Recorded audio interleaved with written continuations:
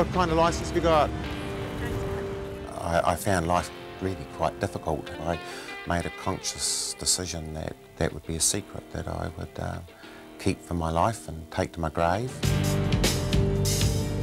Hi, how are you? Just saying an alcohol checkpoint. But just a cop doing a job. That's how Constable Sarah Lurajud wants to be seen. Gold. OK, cheers, thank you very much. See you later, bye-bye. But for most of Sarah's 24 years in the New Zealand Police, she says she was living a lie. Well, I'm basically a transsexual. I ended up basically having a female gender brain and a male body, and has a tendency to make life rather complicated. How do people near you deal with that? Like when you had to tell or talk to your wife about this sort of thing, how does that all play out? Can we cut there? There are parts of her life she won't discuss, because before becoming Sarah in 2004, she was this man, Steve, a no-nonsense cop. They get away with so much that they start to think that they're pretty invincible. Yes. I guess I basically tried to present myself as being very much a man's man, fairly tough, I guess. Macho? Yes. Not emotional? No. It was really, yes, it was simply about being fairly staunch, I guess. And why did you want to portray that image? Because I was hiding. Sarah, or Steve as she was then, was well known in the police. She actually joined the police just before me. Back then, Sarah's boss, Derek Erasmus, only knew Steve as one of his bravest cops, a cop recognised for saving a pensioner from a burning house. She was well known as a good, hard cop on the front line who never shirked from duty. But what Sarah had tried to avoid was facing up to who she really was. I felt through all of my life I could never really completely be myself. I always felt that I was living in the wrong world. Sarah Lurajud isn't the first Kiwi transsexual to hit the spotlight, of course. Decades ago, there was entertainer Carmen, and later Member of Parliament Georgina Bayer. But you might not have heard of Joanne Clark. This is Joanne in 1984. She's been a transsexual campaigner for decades. The law is wrong. They won't legally give us sex changes over here because they consider it wrong. And this is now. People are always afraid of something they don't understand. We're pretty normal people, actually, that it's just, you know, that our brain doesn't match our body, and so we've done something to alter that. Way back, Joanne was Alan, but she was never going to be a normal Kiwi boy. I was bullied from the first day at school, right through to my last day. And at one stage I was the tallest and the heaviest in school, and I was still bullied by everybody, yeah, including some of the teachers. In her late teens, Joanne took female hormones and had sex change surgery. She's lived as a woman ever since. What I've discovered is that you get more accepted when people actually get to understand you a bit more. What I have endeavoured to do, along with others, is actually be out so people can actually find out. Fashion show registrations are out on the front desk. And to help people find out, our television cameras were invited here to transsexual support group Agenda's annual conference. Joanne was there, and Sarah Lurajud, part of a police liaison team working with the transgender and gay community. There's been a lot of changes made, I assure you. Also there, Jack Byrne. I was born in a female body, but that never totally fitted for me. And eventually it got to the stage where it didn't fit at all.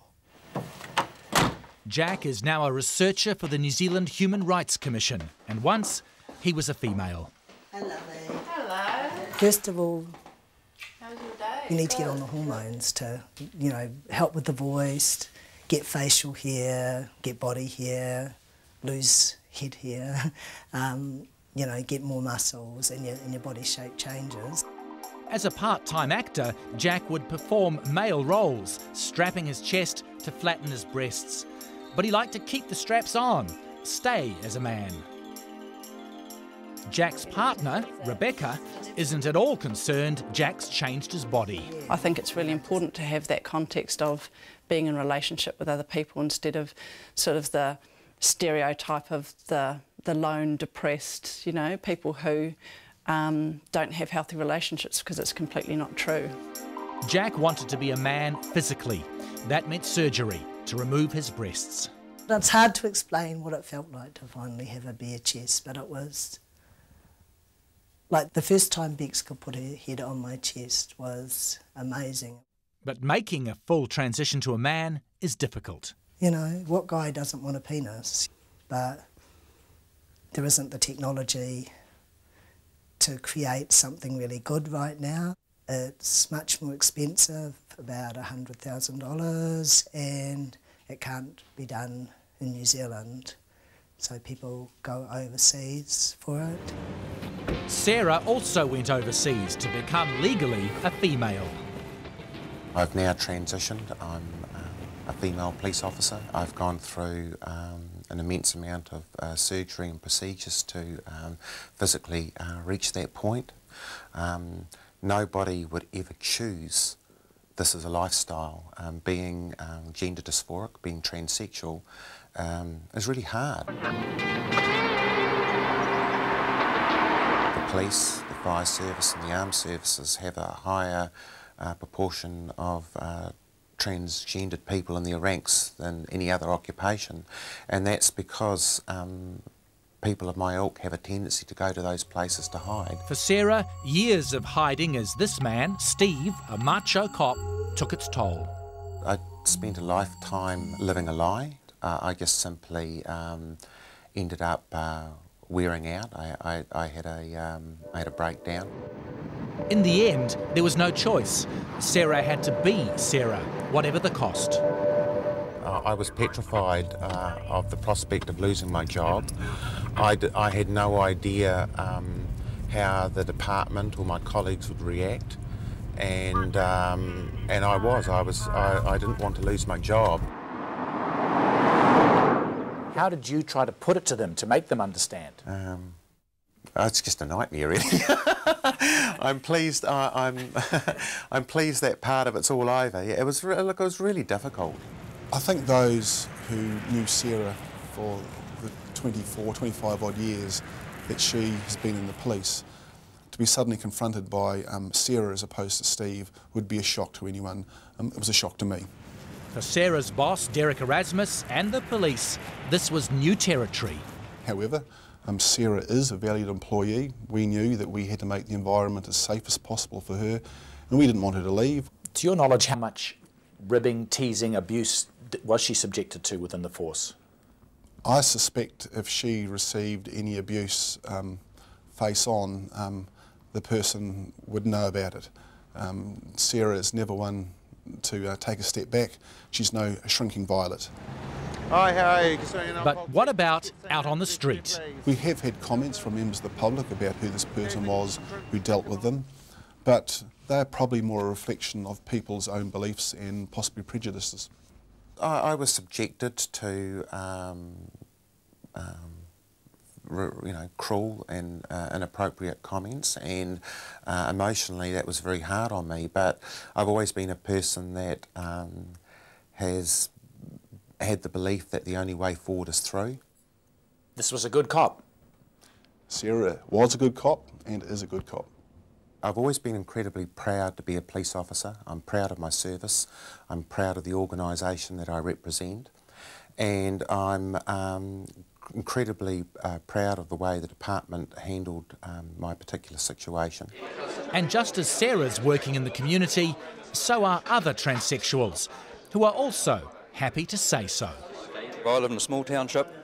I work on a golf course with lots and lots of members, and 99% of them are absolutely perfect with it. I flew helicopters for 15 years all over Papua New Guinea, Australia and New Zealand. Taxi driver, bus driver, truck driver, farmer, and now storeman and produce market in Christchurch. You can do whatever you want. Yeah, and there's actually people that have done it before you, that have actually laid all that groundwork, that have been punched in the street and spat on and attacked and whatever, you know, and they've taken the hard knocks for them, so that they won't have to deal with that. Yeah. But some battles are still to be won. It's about legal recognition. You'll recall Jack and his partner Rebecca. Jack was born in a female body, but has taken the hormones, had the chest surgery. He sees himself as a man, so does Rebecca, but the law doesn't. I can't get a male birth certificate because I haven't had all surgeries. I totally support him in going through that process of being able to have the documents match, you know, who he is. If I can't have a male birth certificate, I can't marry Bex. They want to tie the knot next year, but can't do it as husband and wife. I don't want, you know, what should be one of the happiest days of your life to be this reminder that, you know, the state doesn't see me as who I am. I live fully and permanently as a guy. To be able to be recognised as a guy, it's huge. It's a key issue for transsexuals, one taken up by the New Zealand Human Rights Commission. This year the Commission put out this, "To Be Who I Am." What it says is the world's first report into discrimination against the transgender community. The Commission heard from some 200 trans people from all over New Zealand, and most did report discrimination, bullying, beating at home, school and work. The Commission says more awareness is needed and more needs doing to improve the legal status of trans men and women. Rich, thank you. And that, transsexuals say, is where people like Sarah Lurajud come in. How important is Sarah's example, do you think? Sarah's example is hugely important. As someone that's in the public eye, at ground zero basically, you know, she's at the grassroots, she sees everyday New Zealanders all the time. And she's treated with respect, and I think that's really important that she's there. It's taken guts for Sarah to stand up and tell her story. But it's all about being accepted, she says. No need to hide anymore. So you are who you were meant to be now? Yes, I am. And how satisfying is that? I have a great sense of internal peace. I don't wake up in the morning and question who I am. I know who I am, and I go about my business. I go about my life without questioning my identity every minute of the day.